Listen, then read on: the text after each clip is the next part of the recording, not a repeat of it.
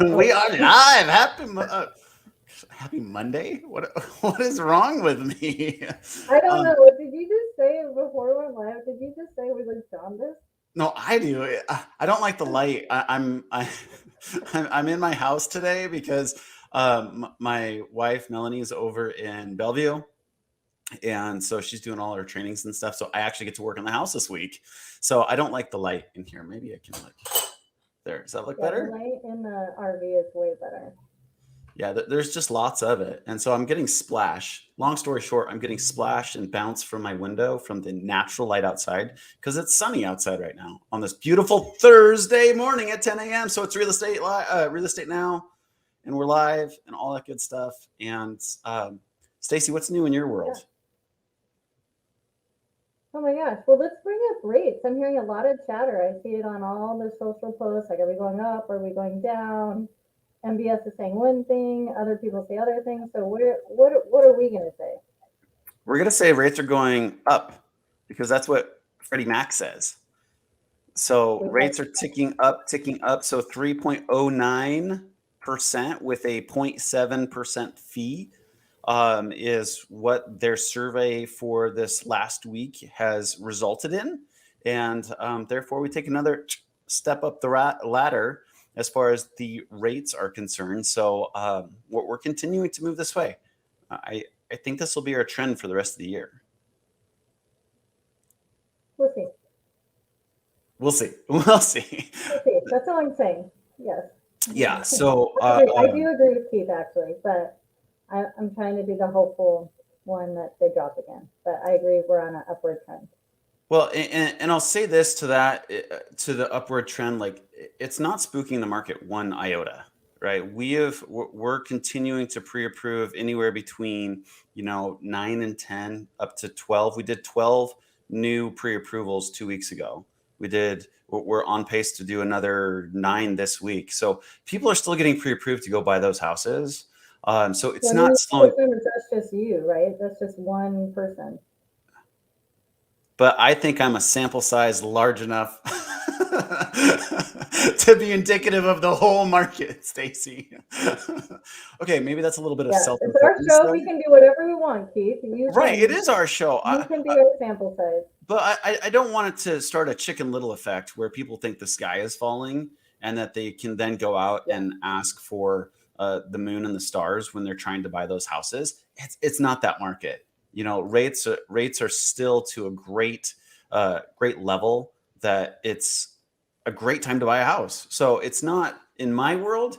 It's not slowing the buyer's market at all. It's definitely slowing the refinance market, but it's not slowing that buyer's Yeah. market. So So you we're know, saying, but we brought in some great experts who are going to tell us what is actually happening outside of Keith's world. Are you exactly. ready? Yeah, we're ready. Let's bring in our experts. Joining us again is Darcy Hardy with eXp Realty and Aaron Thomas. Hey, Um, Darcy.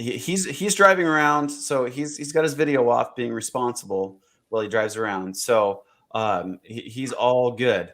But what we've got our group here today, and we're going to talk about how Q3 finished out. So Darcy, before we jump into numbers and stats and all that good stuff, how are things in your world? It's still just as crazy as it's been for the rest of the year. Oh, It good. has That's interesting. it hasn't slowed down much. I do feel like it's just ever so slightly further out of the hubs, slowing just a little bit. Yeah, But I'm like nervous saying that because it did that one other time and then it went crazy again. So crazy. just a smidgen. But So Gosh, you're not saying, he says we've seen a decrease maybe with refis, but not with purchases. You're saying in your obviously purchase market, you're not seeing any trending downward of slowing down. on, like I said, on the outskirts of the areas ever so slightly. It's hard because sometimes you think it's slowing down and sometimes it's just people overpricing, that's a very right? good point. So if things don't sell right away like they have been, what is it this week? Is it slowing down or is it greedy sellers? I don't we have to play that out each week. Right. I mean, that's what it comes down to. Every week. Yeah. Is Aaron, there what are you seeing? What was So what I'm seeing is pretty similar. I actually track the numbers pretty closely for the new listings, the pendings, the actives, the solds, all that stuff, just so I can kind of see what's going on. And yesterday, sorry about that, I was getting a phone call. And the new listings are down slightly, and that's it. We're talking 2% or something like that. I think it went from 726 in Thurston County residential to 6, like the high 6s or something. So people are still listing, the homes are still selling, but what we're seeing is slightly less people going through the houses and less offers overall. So every house that would get 5, 6, 7, 8, 9 offers 2 months ago has trended downward to where now that same house is getting 1 to 3 offers. That's what's going on in Thurston and Gotcha. kind of north or South Pierce.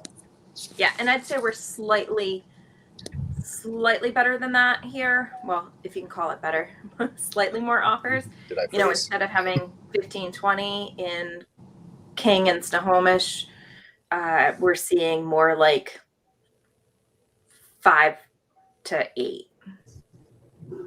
Wow. Nice. We have Ross with us. Yay, Ross. We got the band back together. How are you, Ross? Good morning, you guys. I apologize I'm late. Oh, no worries. You're good. You're good. You're Thank good. you. We figured you were out staying houses or something.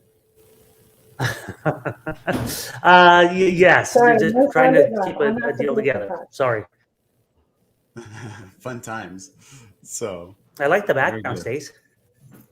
Thank you. Thank you. We were just kind of going around the horn of what people were saying. So what Thank you. did you give the updates for your Seattle market? That's our keeping I don't know if Ross. I don't know if Ross could hear you, but so Stacy Yeah. was asking Ross, what are you seeing in the Seattle market right now? Oh, I'd say since the beginning of or the middle of August, a pretty good slowdown in terms of both number of listings coming on, but more importantly, the number of buyers going after those listings.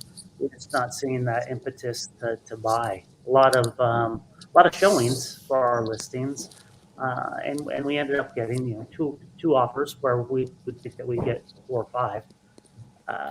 They're still selling. They're still selling for a good amount over, but it just feels different than it did this spring, early summer. Gotcha. I don't know if that's because people are starting to get nervous. Oh, I think we lost Ross. And it's, I think where Ross was going with that was people getting nervous. And it's so true. The herd mentality really, really does happen. All of a sudden, all clients get nervous at one point in time. Or all of a sudden, all clients want to go shopping at one point in time. Yeah. It happens like clockwork. And it's amazing how everybody has the same thoughts at the same time. Is this the seasonality of the market that we're going into the holidays and I mean, Halloween's right around the corner? Is that just the market that we're entering into? I think you'll start to see that more as we get closer, but we're not seeing that down south Yeah. Yeah. because the numbers are still so slightly different. It's just, and it's really hard to measure the amount of offers coming in. There's not a true measurement for that other than the amount of people that are going through the properties before they go pending. Yeah. So, and the unfortunate thing is, now there's opportunity. There really is. If you're only competing with one other person now and used to be competing with 5 or 6, not to mention the fact that when the rate creeps up, your buying power goes down. And a lot of people are really teetering on that top edge because it's now what they want to purchase in terms of space or location. And the moment that starts to change, now you're out there shopping for 600,000. It's a 3,000 square foot home down here. And that rate changes. And now you're at 550 or you're at 500. And now that house that you wanted is no longer an option for you. That's the unfortunate thing, that I see this buyer fatigue set in. And that now is when I think people should be kind of going in. I also find it Um, interesting that what Ross is saying in Seattle itself, you just head over to Bellevue and Kirkland, and it's still insane. We're still seeing, Mhm. 9 to 15 offers. Wow. So not far away, there can be massive differences. Location, location, location. Yeah, So, and basically too, can you guys hear me okay or not? yeah, we can make it out. Okay. Go ahead. I'll put a question in chat. Oh, okay. That works. So my question for you, Aaron, I'm really curious because you mentioned before we went live that you're bringing on 3 listings today, which is Yeah. awesome, right? What I'm really curious, where are your sellers going? What's their transition move? I knew you'd ask this. For the first time in my career, I'm seeing a lot of people moving for vaccine mandate reasons, for political reasons, and a lot of the people that are leaving or being able to work from home, so they're going to go live in the place they really want to live in. They're going to go to what we call a Right. Zoom town.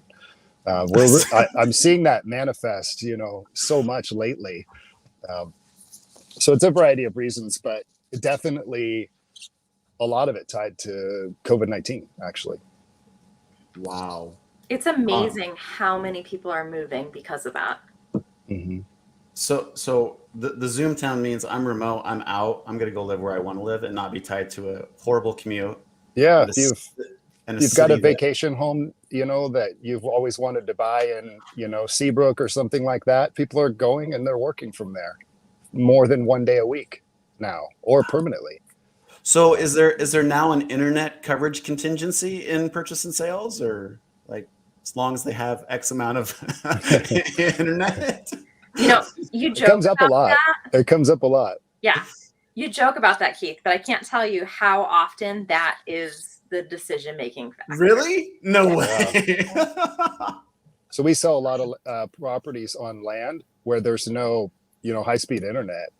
And so their options are limited right now because I believe Google and even like Elon Musk is working on some kind of cloud-based internet access. I don't know. Maybe somebody could drop a comment in that knows more than me about it. But when there's no high speed, we have people not purchase out there. Yeah. Oh wow. Who would have thunk it? Yeah. I guess if that's the purpose to move out, then you got to cover that base. Mm-hmm. Wow. Okay. Well, does that just work, right? If they have kids in school, that they need to be able to be online for the times they have to learn at home and all those things. So yeah, now you can really see the disparity of communities who have less access, right? Just with that one comment that Aaron made. Yep. Absolutely. I moved to Zoomtown. Oh yeah. Jamie and we moved to Zoomtown too. So let me ask this question, kind of pivoting. I want to make sure I'm hearing you guys right. It's still very much a seller's market. Is that correct? Absolutely. Yes. Okay.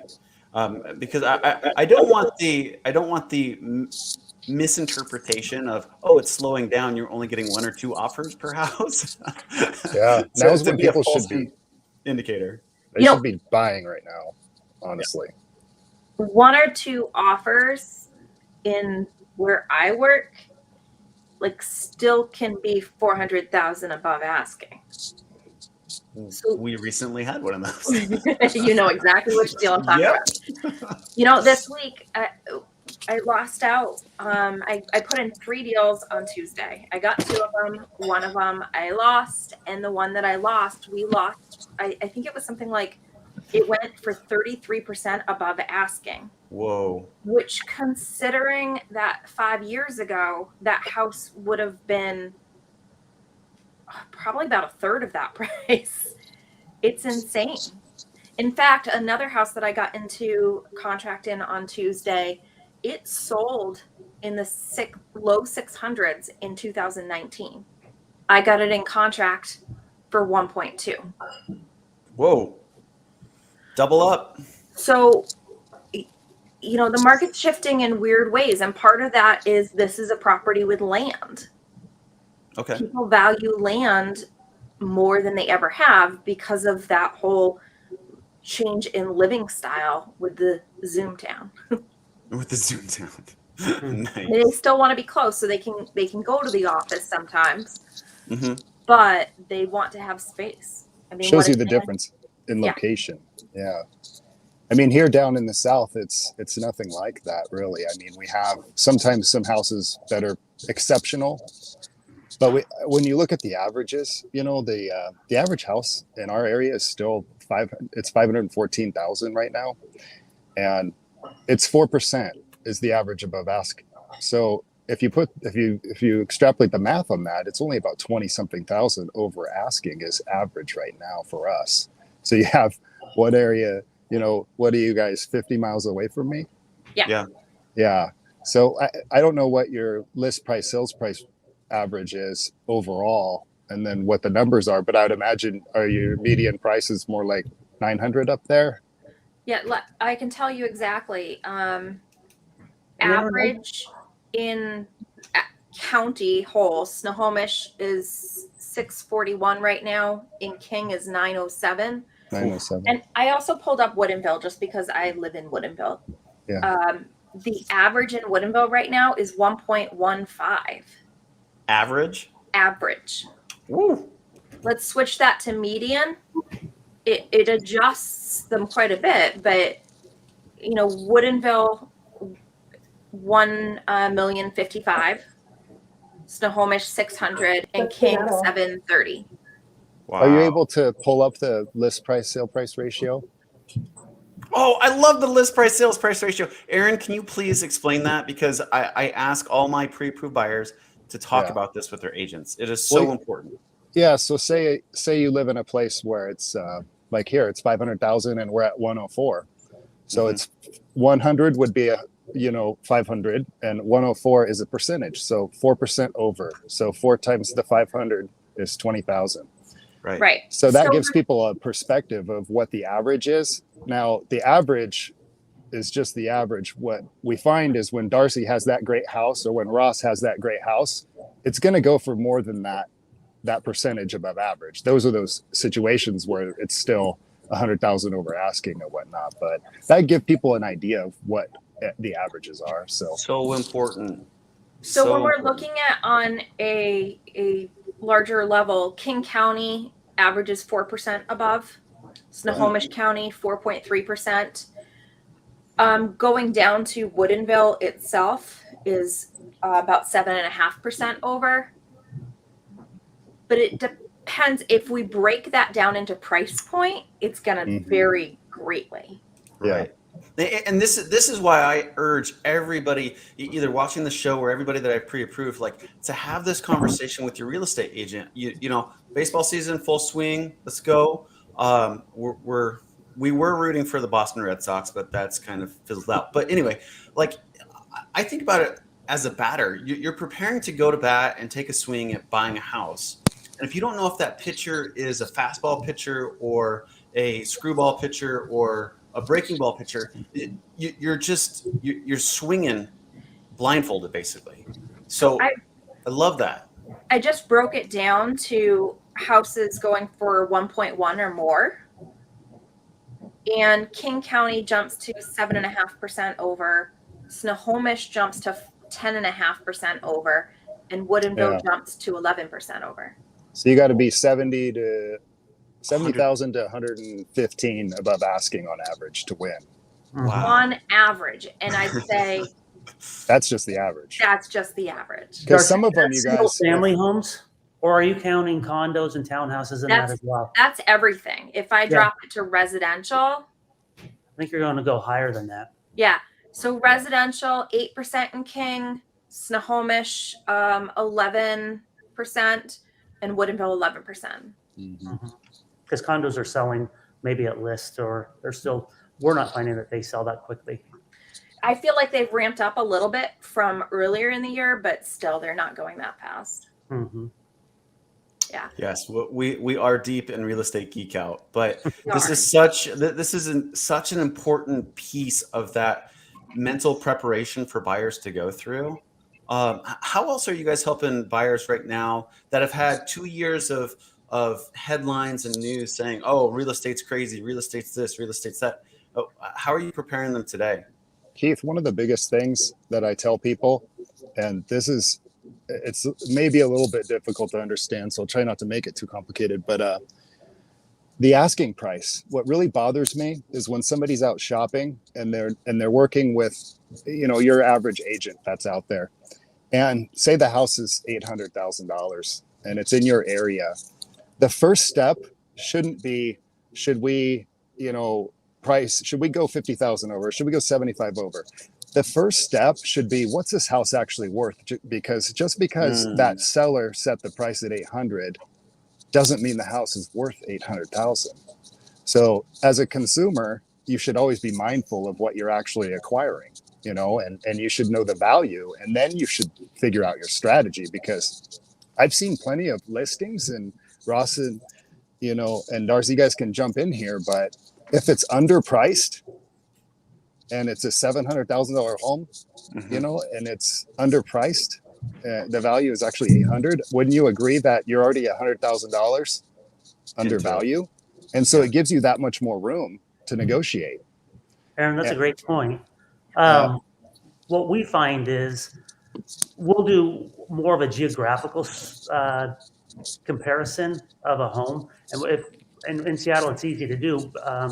Further south, it's probably not, but we'll pull from a 1/4 mile radius. And we'll tell our clients, we don't know what a home's going to sell for, but we know we have a very, very good idea what it'll appraise for. And if you want to spend over what that appraised value is, that's fine, but just go in with your eyes wide open. But that's a great point, because some listings are horribly underpriced. Some are, overpriced as well. But I would say if we're going to if we're going to make the mistake for underpriced. So in Bellevue right now, I've been looking for a client for a while now in Bellevue, and the same type of house keeps popping up week over week, which is great because it's exactly what he wants. So we go look at these houses, and week over week we see them selling for a ridiculous amount, but they keep on going on the market for $1,075,000 to 1.15. And then they sell for 1.4, 1.5, 1.6. And I don't understand why they keep on going in for so low when the market's clearly going up. I guess the formula is working. Yeah, right. I mean, it's just you don't want to be that guy who brings it on for too much. It's so true, but it's rough. Yeah. That's a good point. Stacy asked a question. We'll fix your mic. I promise you, Stacy. We'll get your mic dialed in. What about the investors in the market? How active are they right now? Absolutely active. We're not seeing it. So I think that we just based off of price, we still are in the sweet spot for you can put some money down if you're an investor, and you can still do a hold property. You could still buy a rental property. Yeah, the buy and hold can strategy. collect the amount of rent that you would need to cover your basis to make it a good investment. So we're seeing it down here, and the reason why we can see it exactly is because we can tell who's buying the property. It's disclosed, and so you can see that it's LLCs and investment firms and things like that. So down here we are. We're seeing a lot of landlords sell in Seattle. Why is that, Ross? The landlord-tenant laws. Yeah, it's getting pretty thick. darn skewed for the tenant, and it's unfortunate because it's the mom and pop shops that are selling. Right. They have 2 or 3 rentals, and they're just done. Yeah, it's a tough go. A lot of people think the market's peaking too, so they have that fear that they're going to try to time it and miss. So and that's been going on for 2 years now. Right, or longer. So on the same vein of investors and some different ways to buy houses or sell houses, I'm curious the three of yours opinion of Zillow pulling out of iBuying on Monday. I think that it doesn't seem like the competitors of Zillow are doing the same, and I think Zillow blamed that on supply constraints, both labor and materials. Yeah. I think Zillow is strategically trying to figure out where they need to be. Gotcha. They have, in several markets across the country, truly influenced the market. So I'm glad they're dropping that. I can think of a few instances that are talking to friends across the country where Zillow would go into one neighborhood, offer as an iBuyer a really high amount, like way higher than they should be offering for investment purposes, and then be able to capture 4 to 6 other houses in that neighborhood, and slowly offer less and less. But they're driving the market up that way. Hmm. And I don't know. I don't know if they're giving up on the whole thing. I heard that they're just they're taking a break to catch up on their backlog. It's not a revenue driver for them currently in their current state of operations. You know, they drive revenue through collecting money for agents for leads still. Mhm. That's their primary driver of revenue. I mean, until that changes, you know, they're trying to create an end-to-end consumer experience where to make it more convenient. We can, you know, argue the merits of what they're trying to do overall in the grand scheme of things, whether it's to drive the agent out of business or what it is. But their current model is the opposite. Their current model is collect money from agents so that agents can connect with buyers online. Yeah. And so to flip that over in one day would be very difficult for a publicly traded company. So because they are opening more and more Zillow real estate offices. Really? I think in the Northwest. Oh, you no, guys- not here, but across the country. I mean, more and more. you guys might know this, and I don't know if it's really applicable for consumers, but the current model is agents like me pay Zillow and we connect with customers. That model, and we pay up front, and that model is likely to change to where we don't pay up front. They get a piece of the commission later. Yeah. And I believe know. that's I've heard changed in that. parts of the country already. Yeah, that's already happening right now in several places. Kind of like a Redfin That's how our partner. program works for agents. Oh, sorry. Yeah. Ross. Correct. Yeah. Correct. Exactly, Yeah. Ross. Well, and I opened up Pandora's box, and I want to weigh in with this, guys, because iBuyers are getting bigger. We hear them more and more on the daily. What is your guys' position between a client taking an iBuyer or a client working with a full service agent like yourselves? It costs a lot more Yeah. to actually pay for the convenience. Yeah. So Right, it's not a fit for a lot of people.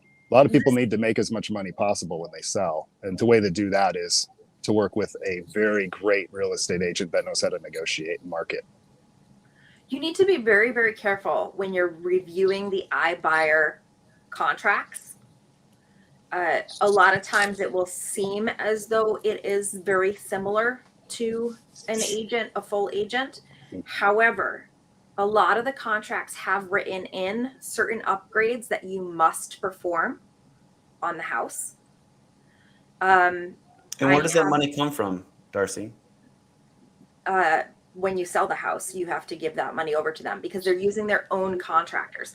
Okay, so this is the way that a lot of iBuyers are working. They'll say, hey, yes, we'll sell it. This is our fee, whatever it is, but it seems comparable. But in order for us to sell it, we're going to need you to do a few things, but don't worry, we'll do those. And because we're taking care of those, you can just pay us out of Proceeds. your proceeds at the end. And our people will take care of it, right? So they think, oh, great, this is wonderful. We'll get more money, whatever. However, they've had to do these upgrades in the house. The iBuyer's own people are doing the work, so they're making a profit on that. They're forcing you to use their people. I've seen as high as 21% fees in the end. Wow. And yeah, you know, we have our clients do upgrades and do things, but we lay out the, you know, okay, if you don't want to do anything, this is what it would sell for. If you want to do minimal, this is what you'd have to put in, and this is what it would sell for. If you want to go crazy, you know, there's options. Yeah. That's a Yeah, great- in the end, it's about ultimate convenience, but that convenience comes at a high cost, is what Darcy's saying. I've seen it too, where okay, now we want you to put a new roof on this place, and by the time you do the math on it, you might have had a buyer that's willing to pay for the roof, and maybe the roof had 5 to 8 years left, Right. and it wouldn't be necessary in this market to have put a whole new roof on there. And so what you think you're saving, it could end up costing more just to be able to kind of wipe their hands clean. So what I've found this situation fits for is somebody who actually kind of wants to walk away from their property, Okay. and they don't want to go through any kind of real estate, what they feel like is a process, and process is a bad word because a lot of real estate agents make the experience actually not feel like a process, right? Oh, I like that. So, but at the expense of 15% versus 6% listing fee and some closing costs and maybe no repairs needed, there's a big difference. Yeah, I had no idea that the iBuy was that expensive. But what we would say to our clients is, you can allow Zillow to make the money, or you guys can make the money, Yeah. and we will help you through that whole process. Oftentimes, we'll do the same that Zillow does, or I think Compass has that concierge service. Where Yeah. we'll provide the money for the upgrades. We'll always allow the seller to buy or to choose their contractors, but then we'll also set up a schedule and take the money out of proceeds as well.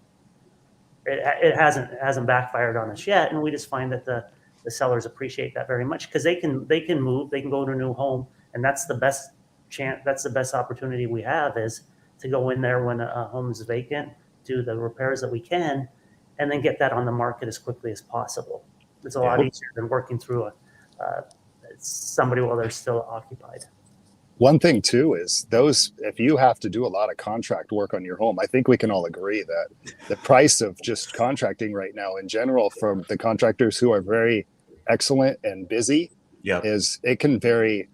I mean, there's times when I see $50,000 worth of repairs that 2 years ago could have been done for 20. Yeah. And so there's a lot of people getting taken to the woodshed on that if they don't have their own option to price around. Yeah, and those repairs can get done as soon as May of next year, Aaron.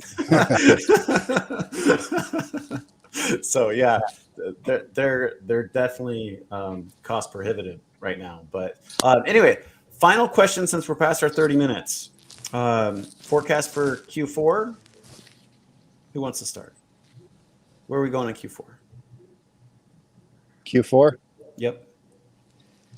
What I feel like is going to happen, at least for our area, is we're just going to see daylight start to wane, and we're going to see less transactions happening, but it's going to be at a slightly lower intensity, but more of the same, essentially more of the same.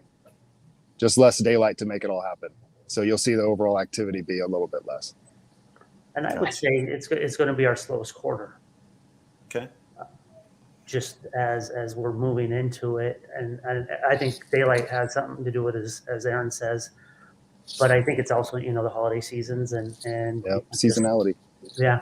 I think we saw in August, people were taking lots of vacations. They didn't want to, they had an opportunity to take vacations before school starts, and they did so. And I think that a lot of sellers just aren't bringing their homes on the market. They may wait until, I think, first quarter of 2022 is going to be pretty hot.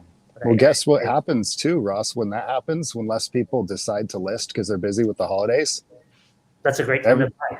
Everybody's got to, the people that are still shopping are competing again because there's less properties on the market. But I think also a lot of buyers will take that time off as well. Yep, so for sure. We always encourage, we did a transaction last year on Thanksgiving Day. It wasn't much fun, but we were the only offer. So, right? And they had an offer review date on Thanksgiving Day, which is a little crazy. It's awesome. I'm going to hold back my comments on that one. I really get 2 days off a year, Christmas and Thanksgiving. Anyways, I agree the same. I think we're going to have same and more of the same. It's going to vary ever so slightly. The the amount coming on is going to drop a little bit, but prices are going to hold steady or even go up. It's a great time to compete as a buyer because there's less competition. Yeah. But when I still have buyers coming up to me saying like, "Oh, I want to find a deal." And everybody just smirked, right? So there's no deal in this market. There is no deal in this market. And what I tell my clients these days is, hey, listen, do what you feel is right for the offer because you cannot compete with crazy. And there's a lot of crazy offers out there.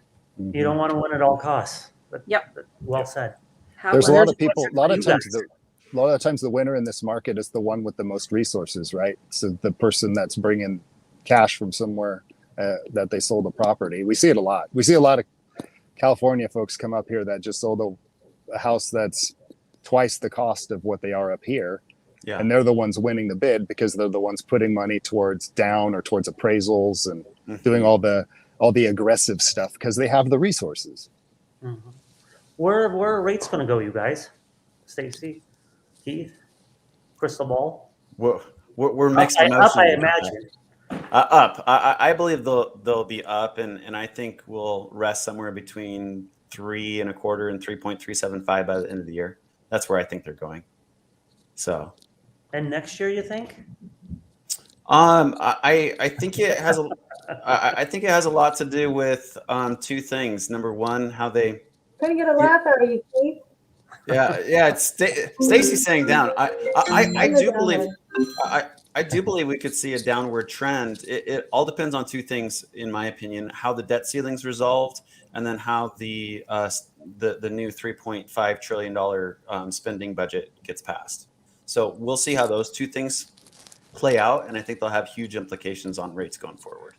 And would just one last question for me. Yeah. Inflation, it's going higher. How does that affect rates? It puts pressure on people that are buying bonds, or it puts pressure on us as the federal government in bond offerings that are saying, hey, your dollar's getting weaker. What are you going to offer us to continue to invest in the U.S.? So then offering yields have to go higher. So it puts that pressure upward. And that's why I think we'll continue to see trends upward this year as supply chains level back out, and as we get back to hopefully normal in the near future, hopefully 2022 is that near future, the inflation talk will deflate, so to speak, and we'll get back to an even keel. I think the fear that I have as a consumer is that with consumer goods getting to a new high benchmark, a new high watermark, what is really the impetus for the capitalistic market to bring those numbers back down, right? So I think with housing, as we've ratcheted up housing, I think consumer goods, as they've ratcheted up, I think they may come back a little bit, but we're going to see new high watermarks for the standard cost of milk and cost of lumber and so forth. Okay. That's my opinion, but All right. I'm just one guy. I don't influence the market, as Stacy pointed out in our opening. Ross mixed that comment where it was not all about Keith, but yeah. No, I agree with you, Keith. You're awesome. So, yeah, we'll see. There's a lot of moving parts, but long story short, in the grand scheme of things, historically, rates are dirty cheap. Money is dirty cheap, and we all need somewhere to live. So let's go buy some houses and ride off into the sunset. I like it. Yeah, right on. Well, you guys, I have to say thank you so much for joining us today and throughout the year and sharing your guys' geographic knowledge as well as your global real estate knowledge. It's been awesome. Thank you. Happy to be here. It's been fun. Good discussion today. Yeah, this is where I get to say we'll see you next year, because our next show won't be until 2022. That's crazy. So, All right. Right on. Well, enjoy, everybody. Thanks, everybody. Yeah, we'll have a good one. And thanks again. Take care, Hi, guys. guys. See you guys. Well, there you have it. So join us, because we're way overdue right now. I think this is the longest show we've had so far. But join us next week, where we're going to do a great mortgage nugget. We're actually going to fill out This is going to be really fun. We're going to talk about how to shop for mortgages. And one very popular way is to go on to either LendingTree or Bankrate.com and just shotgun your information out there. So we're going to like live that experience next week. I'm going to enter myself, God forbid, I'm going to enter my cell phone into Bankrate and see how quickly my phone explodes. So you guys can choose when shopping for a mortgage if that's the way you want to do it. So that'll be fun. Stacy, can I get your That'll be number? fun. I'm going to use your number actually. No. We should have a bet going of how fast you're going to get that call. So we can do that maybe with our commercial next week. Yeah, absolutely. Well, enjoy your guys this week. We'll see you next week for Real Estate Now. Same time, same place, 10 a.m. Thursday mornings. Catch you later. Take care.